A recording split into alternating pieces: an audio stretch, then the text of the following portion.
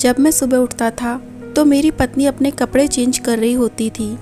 मैंने पत्नी से पूछा कि कपड़े क्यों चेंज करती रहती हो, तो कहती कि आपको गलतफहमी हुई है, मैं जो कपड़े रात को पहनती हूँ वही हैं। ऐसा रोज होने लगा, लेकिन पत्नी नहीं मानी और रात को मुझे पता भी नहीं चलता कि कब मैं सोया था। एक दिन मैंने रूम में कैमरा लगा दिया।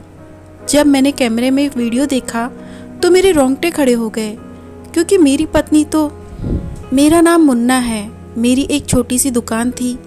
मैं लोगों की टीवी वगैरह ठीक किया करता था। मेरी उम्र 28 साल हो गई थी। अब तक मेरी शादी नहीं हुई थी और अब मैं शादी करना चाहता था। मेरे मम्मी पापा नहीं थे और सिर्फ इकलौता भाई था, इसलिए कोई शादी करवाने वाला भी नहीं था।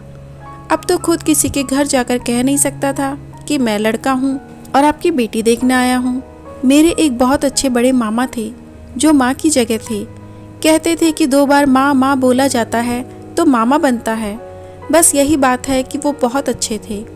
उन्होंने मेरे लिए एक लड़की तलाश कर रखी थी और जब मुझे उसके बारे में बता रहे थे तो बहुत ज़्यादा तारीफ कर रहे थे कि बहुत खूबसूरत है, पढ़ी लिखी है, इकलौती बेटी है, उम्र भी उसकी तुम्हारी जितनी है। मैंने कहा, अगर इतनी अच्छी लड़की है तो फिर 28 साल की हो गई है, अभी तक उसकी शादी क्यों नहीं हुई है? तो मामा ने कहा कि दरअसल उसे खुद कोई पसंद नहीं आता और उसके माँ बाप ने कहा है जब तक इसे कोई पसंद नहीं आएगा हम शादी नहीं करेंगे। तुम्हारी तस्वीर देखकर उसने तुम्हें पसंद कर लिया है। अच्छे लोग हैं, उनके भी ज़्यादा रिश्तेदार नहीं हैं। विवाह की रस्म हो जाएंगी, दहेज देने वाला कोई नहीं है और हमारी तरफ से भी कोई मांग नहीं है, तो जल्दी जल्दी शादी हो जाएगी। तुम्हारी पत्नी तुम्हारे पास आ जाएगी। न कोई मंगनी की टेंशन, न कोई विदाई लेने का मामला है, बस शादी करके साथ ले जाना है। उसका मामला तो मुझे सेट लग रहा था। मैंने भी मामा को कह दिया कि ठीक है, लेकिन मुझे भी तो लड़की दिखाइए। मगर मामा ने कहा, उन्होंने लड़की की फ़ोटो नहीं दी। वो कहते हैं कि हम अपनी बच्ची का फ़ोटो किसी को नहीं देते, ना ही किसी को दिखाते हैं। आपने देख ली है, अगर आपको अपने भांजे से शादी करनी है तो ठीक है, ऐसे लड़कों को हम अपनी बेटी नहीं दिखाते। बड़े लोग देखने आते हैं, अलग बात है। मैंने मामा से कहा, लड़की ठीक तो है ना? उन्होंने कहा, बिल्कुल ठीक है, फिक्र ही ना करो, तुम भरोसा रखो। इतनी ज़्यादा खूबसूरत लड़की तो मैंने आज तक नहीं देखी। फिर मैंने मामा पर भरोसा कर लिया और तैयार हो गया। मेरी पत्नी का नाम सोनी था, बहुत ज़्यादा खूबसूरत थी।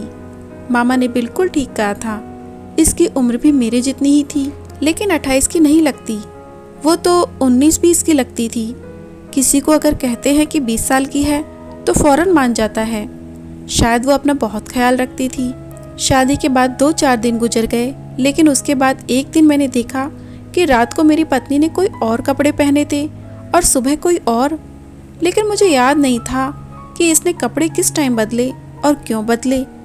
मैंने कहा, रात वाले कपड़े तुमने क्यों बदले? तो कहने लगी, रात वाले कपड़े कौन से हैं, दिन वाले कौन से हैं? ये वही तो हैं जो मैंने रात को पहने थे। लेकिन मुझे अच्छी तरह याद था कि उसने रात को लाल रंग के कपड़े पहने थे और अभी नीले रंग के कपड़ों में थी।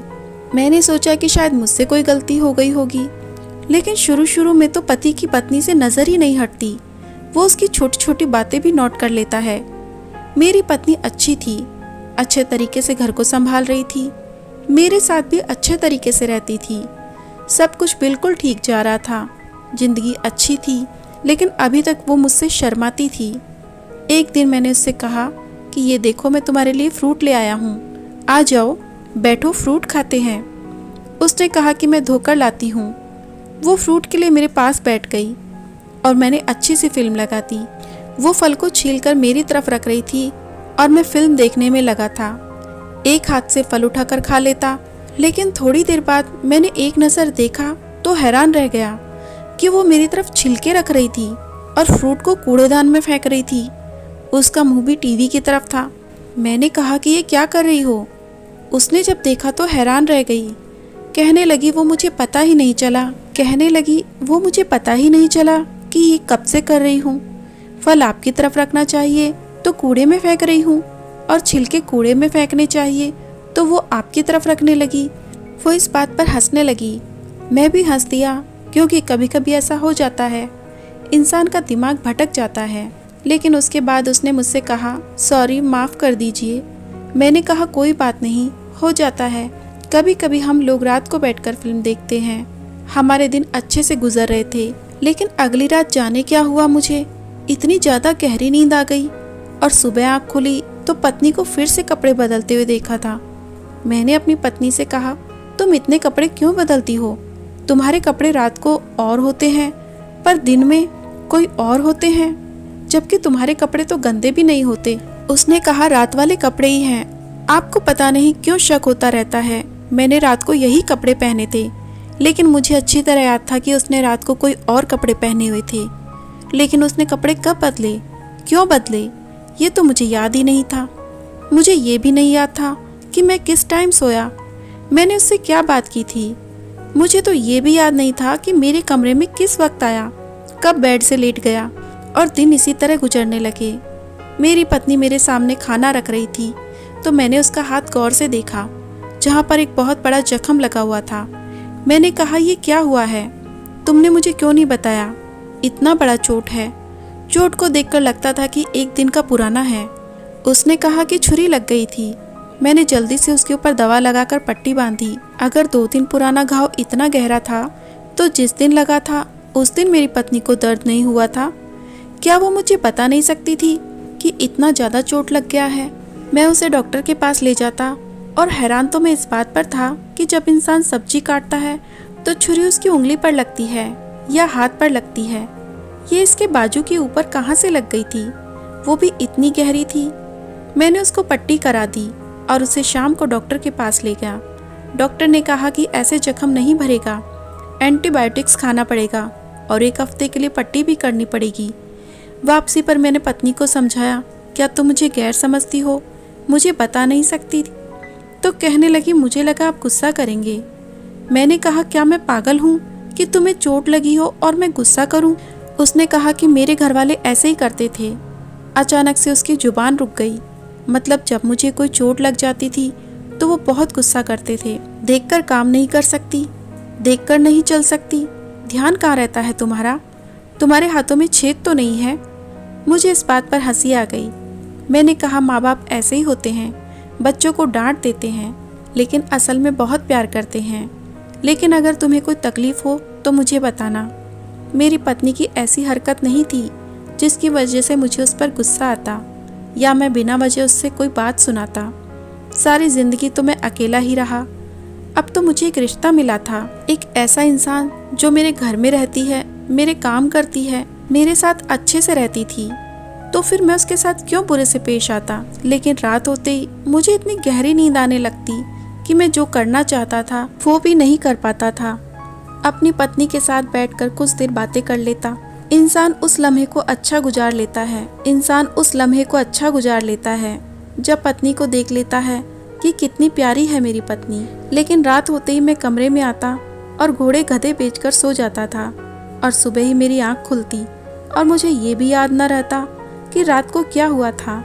खाना खाने तक की बातें मुझे याद होती, उसके बाद की सारी बातें भूल जाता। अचानक से ज़्यादा नींद क्यों आ रही थी? मैंने क्या किया था अपने साथ?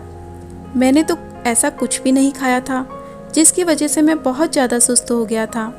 मुझे लगा डॉक्टर के पास जाना चाहिए, लेकिन मेरा काम ऐसा था कि दुकानदारी थी, इसलिए दुकान छोड़कर नहीं जा सकता था।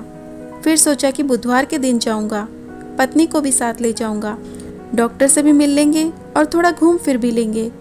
पत्नी को भी ये बताया था। फिर हम दोनों बाजार चले गए, लेकिन उसने मुझे ये कहकर उलझाया, पहले मुझे कपड़े की दुकान पर चलते हैं, फिर कहती कि फिल्म देखते हैं, फिर कहती कि मुझे कुछ खाना है। इतने में डॉक्टर्स का टाइम गुजर गया। मैंने कहा, चलो कोई बात नहीं है, अगले हफ्ते चले जाएंगे। वैसे भी मुझे कोई बड़ा प्रॉब्लम नहीं है, बस थोड़ी ही तो सुस्ती हो रही है। लेकिन एक बात अजीब थी कि मेरी पत्नी को मेरी तबीयत की कोई खास चिंता नहीं थी। उसने कहा कि छुट्टी का दिन है, पूरे हफ्ते काम करते हैं, आज आपको सिर्फ मेरे साथ दिन गुजारना है। उसने अपनी सारी ख्वाहिश पूरी करवा ली। काफ़ी सारे पैसे खर्च हो गए। फिर मैंने उसे कहा कि इंसान कमाता किस लिए है? पत्नी बच्चों के लिए ही कमाता है और बच्चे होने का भी कोई कारण नज़र नहीं आ रहा था। 2 महीने होने वाले थे, लेकिन पत्नी ने अभी तक कोई खुशखबरी नहीं सुनाई थी। बस जल्दी से एक छोटा सा प्यारा सा बच्चा आ जाता तो मेरी फैमिली पूरी हो जाती। लेकिन ऐसा नहीं हुआ। बस इसी तरह दिन गुजर रहे थे। पत्नी को कपड़े बदलने की बड़ी आदत थी, लेकिन एक बात बहुत हैरान करने वाली थी। वो जब भी बाजार जाती तो ढेर सारे कपड़े लेती। जो कपड़ा वो एक बार पहन लेती है वो दोबारा नहीं पहनती थी। अपने घर से भी काफ़ी सारे कपड़े लेकर आई। मैंने भी उसके लिए काफ़ी सारे कपड़े खरीद लिए थे। जो भी मुझे पसंद आया मैंने उठा लिया। सोचा कि और तो कोई खर्चा करने वाला नहीं, पत्नी की चीज़ें तो अच्छे तरीके से ले लूँ ताकि वो खुश हो जाए। लेकिन अभी भी उसके लिए कपड़े कम थे। जब मैं उसे महीने के खर्च के लिए पैसे देता तो वो कपड़े ही ले लेती थी। एक दिन कहने लगी राशन के पैसे कम हो गए हैं तो उधार कर दिया है, आप जाकर पैसे दे दीजिएगा। मैंने कहा तुम्हें ज़रूरत से ज़्यादा पैसे दिए थे, फिर कैसे कम हो गए? उसने कहा कि पीछे दुकान में सेल लगी हुई थी, मैं वहाँ से 4 सूट ले आई हूँ। वैसे तो मेरी पत्नी में कोई खराबी नहीं थी, लेकिन मेरी पत्नी की यह आदत अब खुलकर सामने आ रही थी। वो ये है कि वो बहुत ज़्यादा पैसा खर्च करती थी। एक दिन मैंने अपनी पत्नी को एक काले रंग के सूट में देखा। वो बहुत प्यारी लग रही थी। कुछ दिनों बाद मुझे एक दोस्त के घर डिनर पर जाना था। मैंने उसे कहा कि शाम को तैयार हो जाना, तो 2 घंटे पहले उसका फ़ोन आया कि कपड़े कौन से पहनूं। मेरे पास तो कोई कपड़े ही नहीं है।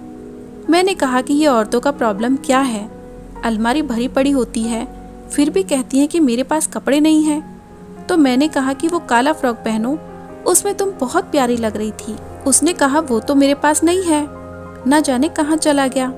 मैंने कहा कहाँ चला गया, यहाँ से क्या मतलब, घर में होगा। उसने कहा नहीं वो नहीं है, आप मेरे लिए कोई सूट लाइए। मैं उसके लिए इस टाइम सूट नहीं ले सकता था क्योंकि महीने का आखिरी चल रहा था। मुझे कोई अच्छा सूट 3-4 हज़ार वाला लेना पड़ता। मैंने कहा वहीं पड़ा होगा, उसका सूट उसको नज़र नहीं आ रहा होगा। मैं घर चला गया। मैंने कहा कि मैं खोजता हूँ, लेकिन जब मैंने उसकी अलमारी खोली तो मैं हैरान रह गया। उसके अंदर 2-3 कपड़ों के अलावा कोई कपड़े नहीं थे, जबकि कितने कपड़े वो खरीदती थी और मैं भी लाता था। उसकी अलमारी में तो सुई रखने तक की जगह नहीं थी, लेकिन ऐसा कुछ भी नहीं था। मैंने कहा ये क्या, तुम्हारे कपड़े कहाँ हैं? तो कहने लगी सारे कपड़े गंदे हैं, मैंने धोए ही नहीं हैं। मैंने कहा अच्छा अभी 1 घंटा है, काला सूट धो लो और ड्रायर मशीन में सुखा लो, इस्त्री मैं कर दूंगा। उसने कहा नहीं है मेरे पास काला सूट, वो तो अलमारी में नहीं है, वो आपको नहीं मिलेगा, है ही नहीं यहाँ पर। मैंने कहा क्यों, किसी को दे दिया है क्या तुमने? कहने लगी गांव वाली मांग कर ले गई थी, कह रही थी बड़ा प्यारा है, उसने वापस नहीं किया। मैंने कहा उसे लेकर आओ। उसने कहा कि वो घर पर ही नहीं है। अब मुझे अपनी पत्नी पर गुस्सा आ गया।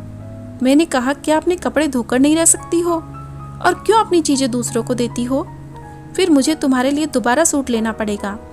मैं जल्दी जल्दी बाजार गया और उसके लिए अच्छा सा सूट लिया। मेरी जेब खाली हो गई। गुस्सा भी बहुत आ रहा था, लेकिन दावत पर जाना था इसलिए मूड खराब नहीं करना चाहता था। पत्नी को कहा कि तैयार हो जाए और हम दावत पर चले गए। लेकिन दावत पर जाकर जो हुआ वो देखकर मैं हैरान था। मेरी पत्नी बड़ी खूबसूरत लग रही थी। सब लोग उसके बारे में अच्छी बातें कर रहे थे। मैंने उसे अपने दोस्त की बीवियों के पास छोड़ दिया और खुद दोस्तों के पास चला गया। वो औरतों से बातें कर लेगी। दूर से देखकर ही ऐसा लग रहा था कि अच्छी भली बातें हो रही हैं, हो सकता है हमारी बुराई हो रही हो। फिर काफ़ी अच्छा माहौल था। पार्टी का खाना भी लगने वाला था, लेकिन थोड़ी देर के लिए किसी औरत के चिल्लाने की आवाज़ आई। जब वहाँ देखा तो होश उड़ गए। मेरी पत्नी ने मेरे दोस्त की पत्नी को सिर पर कांच की बोतल दे मारी थी। उसे बहुत ज़्यादा चोट लग गई थी। वो बहुत दर्द में थी। मेरा दोस्त अपनी पत्नी की तरफ बढ़ा। सब लोग मेरी पत्नी को हैरानी से देख रहे थे। मेरी पत्नी भागकर जाकर गाड़ी में बैठ गई। मैंने अपने दोस्त की पत्नी की मदद करने की कोशिश की, लेकिन मेरे दोस्त ने कहा कि दफ़ा हो जाओ यहाँ से, अपनी पत्नी को कभी मत लेकर आना। सब लोग मुझे अजीब नज़रों से देख रहे थे।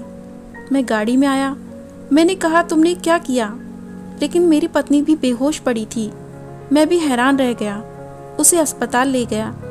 डॉक्टर ने कहा आपकी पत्नी डर की वजह से बेहोश हो गई है। मैं हैरान रह गया। उसे घर ले आया।